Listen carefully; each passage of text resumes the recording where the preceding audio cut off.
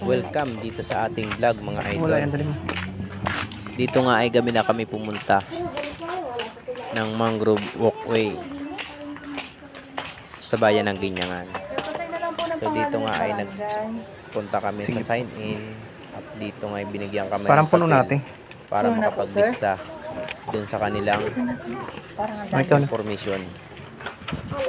Dalawa kami, at okay ang bawat nga isa nga Dalawa. pala mga idol ay halagang 20 pesos lang pag taga ibang lugar. Barangay 10 piso naman Kalawag na kasako. kapag nandito ka sa sariling lugar nila sa bayan ng Ginyangan. So Magkano dahil po? taga Kalawag kami, Ano lang pangalan? may dagdag kami 10 peso. May mga tao Bali po ba 20 pesos nga pala ang pinagbayaran namin ng isa. Kaya bali 40 pesos lahat yung binayaran ko. Ganun. Ayan. So dito nga Tanong ko ate, may mga kainan din ba doon? Asawa. Wow. At yan din yung magiging cameraman natin. Pagpasok natin dito sa mangrove walkway. Kung mapapansin yung mga idol, gabi na nga. Dahil sinadya namin Nakabidyo ako, okay magpagabi lang. Nakabidyo ako, okay lang.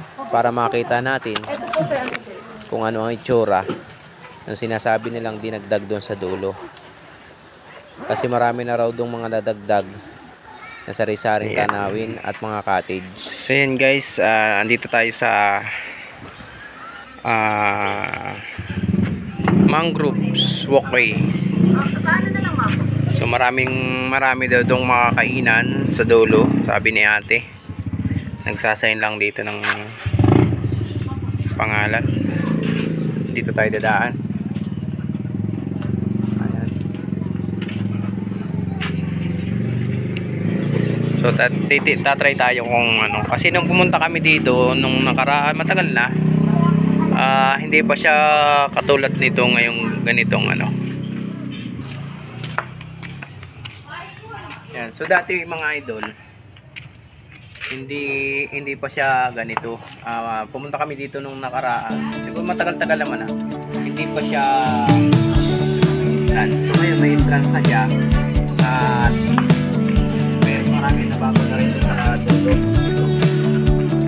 Papasyalan nila. So alamin natin.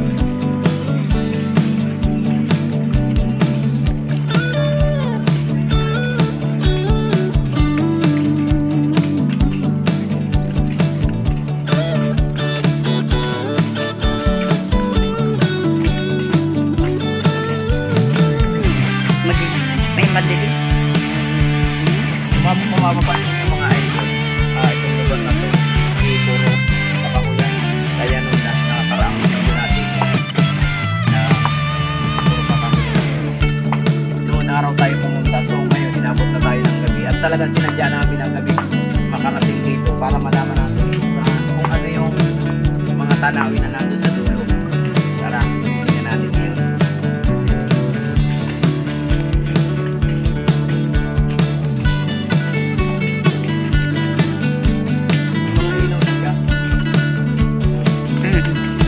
Lagyan din pati banderitas.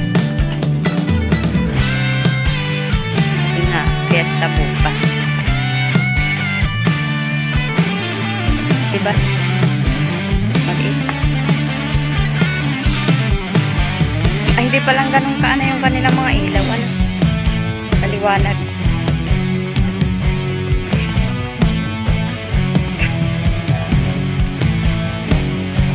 Kung napapansin nyo yung mga ilaw na makula, CCTV yung mga idol.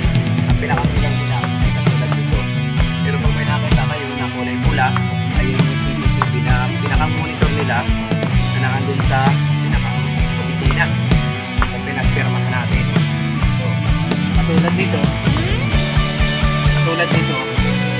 yung mga idol, CCTV ang kulay pula na yan. Ilaw nila.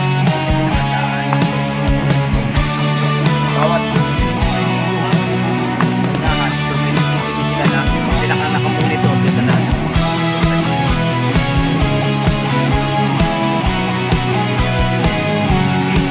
May kainan na sa, ano yun? Sa gitna ng dagat.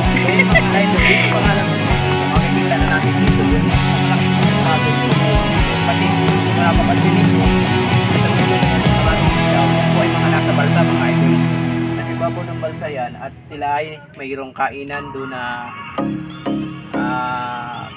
hindi natin alam kung para sa pamilya lang nila o talagang mayroong sadyang mga kainan dito na mabibili tayo. Ayan. Tapos po tayo sa mga mangroves. So dito makikita ninyo, ayan, sa kapila. Dagat na po siya. Ayan, tubig na. So lagpas na tayo sa kakahuyan.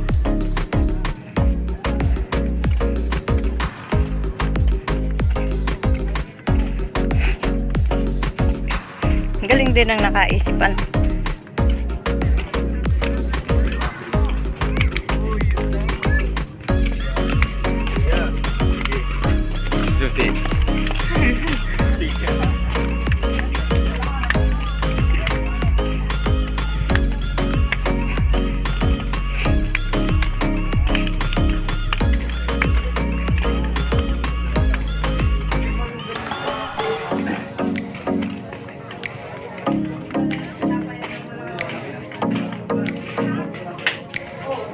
Ilulubuisan ka. Tawag dito. Ikan nga tayo tatlo. Ay, Dati nung mga idol, napunta namin dito noon, hindi pa siya ganito. Kumbaga ito, may putol siya dito hagdan, pero wala pa siya. Kagaya nito ang nakikita natin na bridge at meron na rin mga kainan, may mga pugi na rin sa dulo.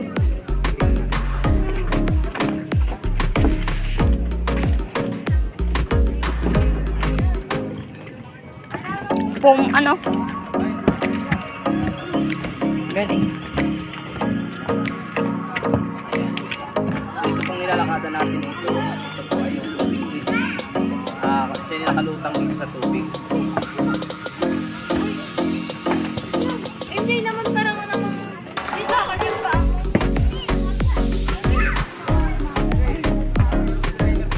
Pinelyo na akong malang itabas. Ano yung bowlet? Ano ka ba makita? May upuan dito. May kubo. Uy! Pinayo yung... Ayun! Kuya! Tubig to, tubig. Kaya malikot. Pagdating pa dito sa dulo, mga pagdating natin dito sa dulo, dahan lang yung nakikita natin dito. Pero yung kami kabila naman, meron naman silang mga cottage katulad nito. Bawat isa niya ay may price. Doon ay merong itaas. Ayan, kung nakikita nyo, may itaas. Ayan. At meron din naman doon. So, ito pong kung ito mga nakikita nyo mga cottage nito mga idol, yan po ay mga lutang. So, nakalutang po sila dito sa tubig. Na pag tumataas ang tubig, tumataas din. Pagkitas naman, lutay, mababalik po sila. Ayan. Kung napapansin nyo lang, galaw yung ating inaabakan. Ayaw po nga dyan. Cottage na so yun ay nakatanim na mga idol. Matakot ka.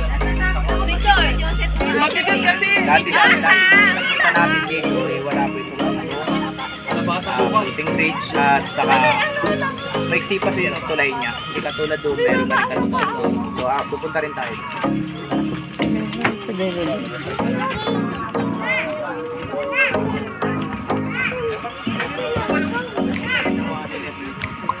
May ano din na bangka.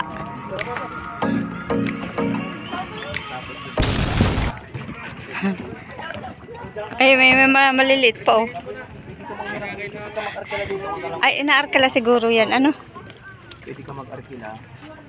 May arkila naman. Mm.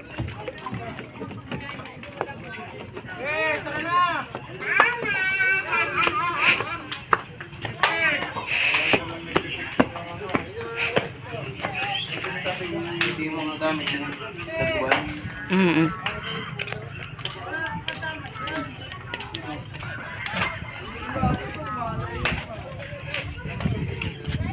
Yan. So dati mga idol, itong lugar na to, wala pa siya.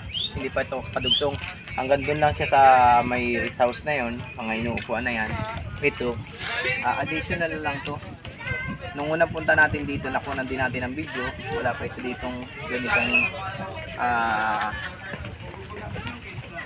tulay. So ngayon, mahaba na ito. Mahaba na yung tulay. At abot na rin sa dulo.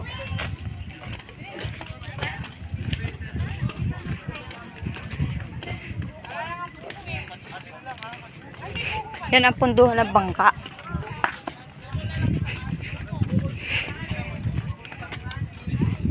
Yan. So nandito na tayo sa dulo mga idol. Kung makapansin ninyo, bawat poste, wala na tayo nakita ng CCTV na nakamonitor doon sa ating pinanggalingan. Ano. So itong pababa na ito mga idol, dito na yung pinakang dulong-dulo niya. At dito ay may hagdan. Yan, sa mga gustong pumunta dito, mayroon naman kayo dito mga arkila. Sa gusto maligo ng dadayo pa sila, may mga arkila kayo mga boat. Nandito nakantabay lang. Yung may-ari nito na ay nandyan lang yan kung talagang kinakailangan.